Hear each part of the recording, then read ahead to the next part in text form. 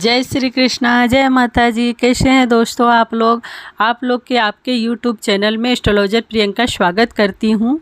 आप भी देखिए, मेरी भी 1 महीने का व्रत चल रहा है। तो चलिए, आप लोग व्रत नहीं कर रहे हैं तो रोज़ सुबह जल्दी नहाइए और अधिक मास का रोज़ कथा सुनिए। ऐसा नहीं कि एक ही दिन पूरा 30 अध्याय सुन लिया, ऐसा नहीं है। अब जैसे थोड़ा सा समय हो गया तो सुबह शाम करके सुनिए, और जैसे 16 अध्याय होगा उसके बाद रोज़ सुबह सुबह सुना कीजिएगा। क्योंकि देखिए 15 अध्याय का कथा आगे तक निकल गई, इसीलिए मैं रोज़ आपको सुबह शाम करके अपलोड करूँगी और कथा पूरा सुनिए। अब चलिए, मैं आपको 7वां अध्याय सुनाने जा रही हूँ, सो ध्यान से आप सुनिए।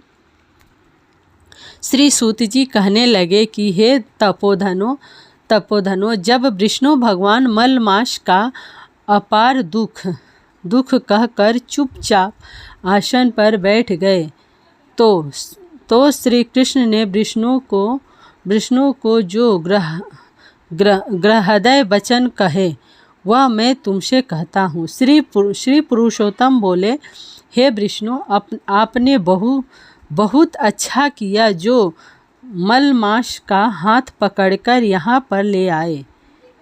इससे लोक में महान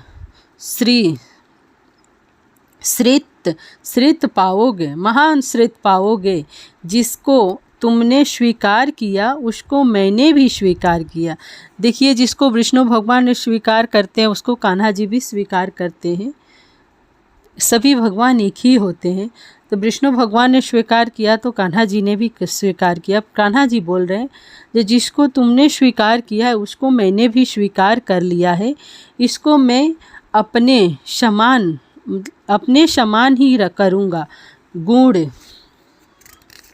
गुण कीर्ति। श्री कृष्ण शरणम मम, श्री कृष्ण शरणम, श्री कृष्ण शरणम मम, श्री कृष्ण शरणम। अनुभव, छंदो, ऐश्वर्य, पराक्रम, भक्तों को वरदान मेरे समान सभी गुण इसमें होंगे। जैसे मैं लोक में प्रसिद्ध हूँ वैसे ही यह भी पुरुषोत्तम नाम से विख्यात होगा। जो गुण मुझ में है वही मैं इसको दिए। हे जनार्दन, तुम्हारी प्रसन्नता के लिए, श्री कृष्ण जी कहते हैं विष्णु भगवान से, हे जनार्दन, मैं तुम्हारी प्रसन्नता के लिए मैंने अपने सभी गुण इसको दे दिया और मैं ही इसका स्वामी हूँ। यह पुरुषोत्तम नाम से जगत प्रसिद्ध होगा और मेरे समान होकर सब मासों का स्वामी होगा। अब यह जगत को पूज्य जगत के नमस्कार करने योग होकर के पूजनीय होगा और पूजने वालों के दुख दरिद्र का नाश करेगा। सब मास इच्छा वाले हैं। मैंने इसको इच्छा रहित किया है। मनुष्यों को मोक्ष देने वाला अपने बराबर मैंने इसको किया है। जो कोई इच्छा रहित या इच्छा वाला इसको पूजेगा वह अपने किए कर्मों का भस्म। देखिए, जो आप इसका व्रत करते, पूजा करते हैं, कथा श्रवण करते हैं, तो जो आपने पाप कर्म किया है, अनजाने में अच्छा बुरा कर्म होते रहते हैं। आपसे, हमसे, सबसे होते हैं। हम मनुष्य हैं, इस धरती पे आए, हमसे ऐसा नहीं है, कोई ऐसा नहीं है जिससे कोई बुरा कर्म नहीं हुआ हो। तो देखिए, इस व्रत के करने से, इस कथा के श्रवण करने से हमारी जो पाप कर्म है वो ख़त्म हो जाती है। इच्छा वाला इसको पूजेगा वह अपने किए कर्मों को भस्म करके निसंशय मुझको प्राप्त करेगा। देखिए, उसके पाप जो भी करेगा उसके पाप कर्म भस्म हो जाती है और कान्हा जी का कृपा प्राप्त होता है, श्री कृष्ण जी का कृपा प्राप्त होता है, मुझको प्राप्त करेगा। हे गरुड़ध्वज भगवान, हे गरुड़ध्वज महाभाग्यशाली यति ब्रह्मचारी महात्मा निराहारी भी परम स्थान को प्राप्त नहीं होते हैं, पर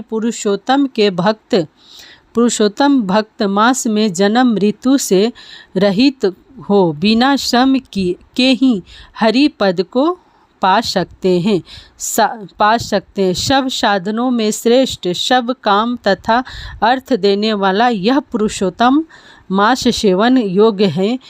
जैसे हल से बोए हुए बीज करोड़ों गुना बढ़ते हैं, वैसे ही पुरुषोत्तम मास में किए हुए पुण्य कोटि गुण बढ़ता है। किए हुए पुण्य कोटि गुना बढ़ता है। कोई भी चतुर्थ मास के व्रत श्री कृष्ण शरणम मम, श्री कृष्ण शरणम यज्ञों द्वारा स्वर्ग में जाकर वहाँ भोगों को भोग कर फिर इस पृथ्वी में आते हैं। किंतु जो पुरुषोत्तम का आदर से विधि पूर्वक सेवा करता है, वह अपने कुल का उद्धार करके असंभव के समान मुझको ही प्राप्त होता है। जो महा अज्ञानी मनुष्य इस मास में जप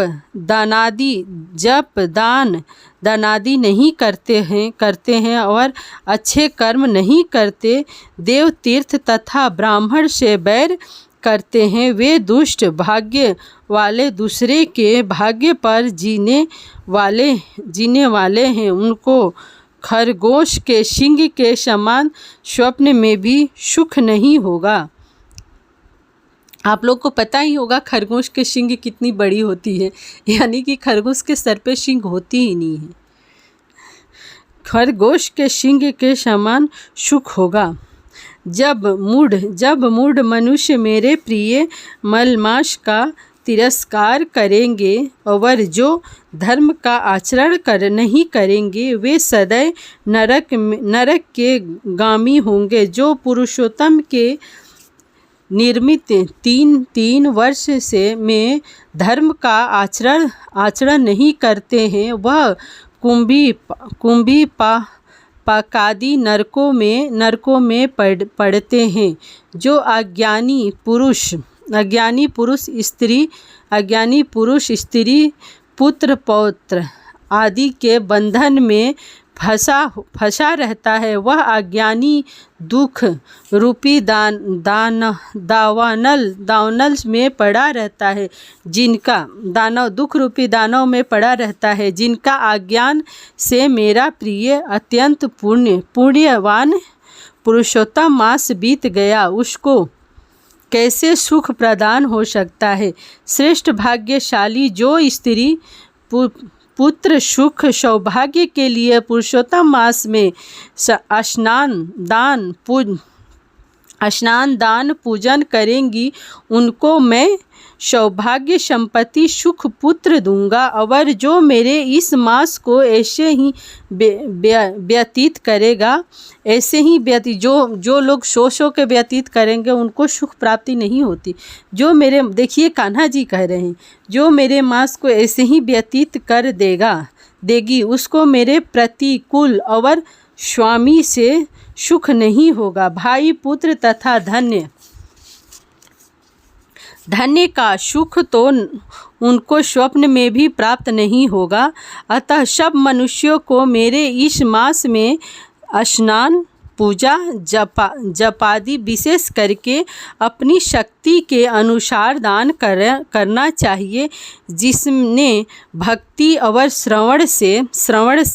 जो भक्ति और श्रद्धा से पुरुषोत्तम मास में मेरी पूजा की, वह धन तथा पुत्र का सुख भोग कर अंत में मेरे गौलोक में वास करेगा। मेरे आज्ञा से सभी मनुष्य मल मास को पूजेंगे।